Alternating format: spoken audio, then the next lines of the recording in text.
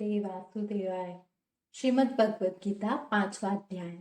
अर्जुन बोले, हे श्री कृष्ण, आपने पहले कर्मों का त्याग करने को कहा, फिर कर्म की प्रशंसा करते हो। इन दोनों में जो अधिक हितकर है वह एक बात निश्चय करके बतलाओ।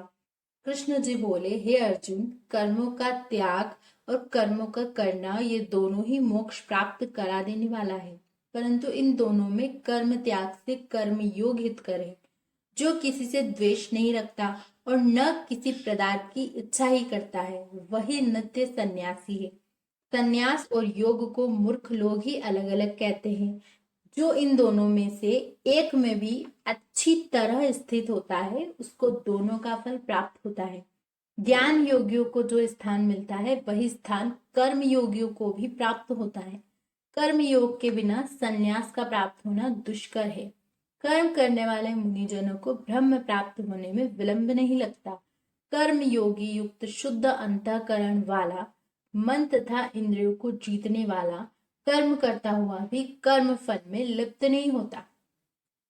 योग युक्त तत्ववेत्ता पुरुष देखते हैं, सुनते हैं, स्पर्श करते हैं, सूंघते हैं, खाते हैं, चलते हैं, श्वास लेते हैं, तो भी यही मानते हैं कि मैं कुछ भी नहीं करता। वे बोलते हैं, त्यागते हैं, ग्रहण करते हैं, मूंदते हैं, परंतु यही मानते हैं कि मैं कुछ भी नहीं करता, और यह मन में धारण करते हैं कि इंद्रियां भी अपने अपने विषयों को बटती है। प्राणी ब्रह्म में अर्पण कर, संग को त्याग कर कर्म करता है, वह पाप में इस प्रकार लिप्त नहीं होता। जैसे कि कमल पत्र पर जल नहीं ठहरता, योगी जन शरीर से, मन से, बुद्धि तथा इंद्रियों की आसक्ति से रहित होकर आत्म शुद्धि के निमित्त कर्म करते हैं। योग युक्त पुरुष कर्म फल को त्याग कर मोक्ष रूप शांति का लाभ प्राप्त करता है, और जो योग रहित है वह कर्म फल की इच्छा के बंधन में पड़ जाता है। तब कर्मों को मन से त्याग करके जो प्राणी इस नव द्वार इंद्रियों की देह रूपी पुरी में न कुछ करता है और न कुछ कराता है, आनंद पूर्वक रहता है, परमेश्वर किसी को कर्म में प्रवृत्त नहीं करता, कर्म और फल को उत्पन्न करता है। ये सब प्रवृत्तियों के द्वारा होते हैं। परमेश्वर किसी के पुण्य तथा पापों को ग्रहण नहीं करता।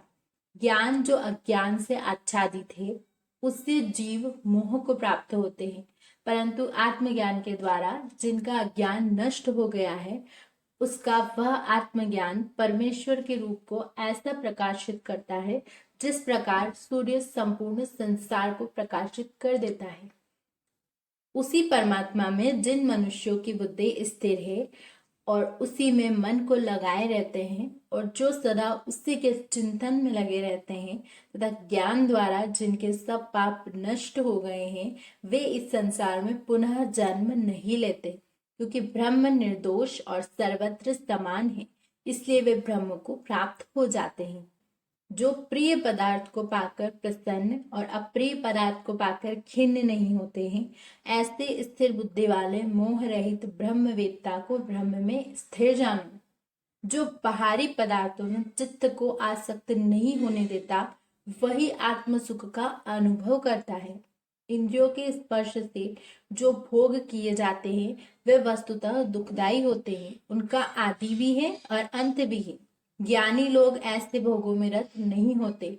शरीर छूटने के पहले जो मनुष्य काम और क्रोध के वेग को सहन करने में समर्थ होता है, वह योगी और सच्चा सुखी है। जो योगी आत्म सुख से सुखी, अंतरात्मा के ब्रह्म से आनंदित और अंतर ज्योति से ही प्रकाशित है, वह ब्रह्म रूप होकर ब्रह्म निर्वाण को प्राप्त होता है। मन के वेग को जिसने रोक लिया है, ऐसे आत्मज्ञानी योगियों को ब्रह्म निर्वाण सहज ही प्राप्त हो जाता है। बाहरी पदार्थों के संयोग से अलग रहकर दोनों भवों के बीच में दृष्टि लगाकर नासिका के भीतर चलने वाली प्राण वायु तथा अपान वायु को सम करके इंद्रियों, मन और बुद्धि को वश में करके इच्छा, भय तथा क्रोध को त्यागने वाला योगी जन जीवन मुक्त है। जो मुझको सब यज्ञों और तपों का भोक्ता, संपूर्ण लोकों का स्वामी और सब प्राणियों का मित्र जानते हैं, उन्हीं को शांति प्राप्त होती है। इति श्रीमद् भगवद गीता पंचम अध्याय समाप्त।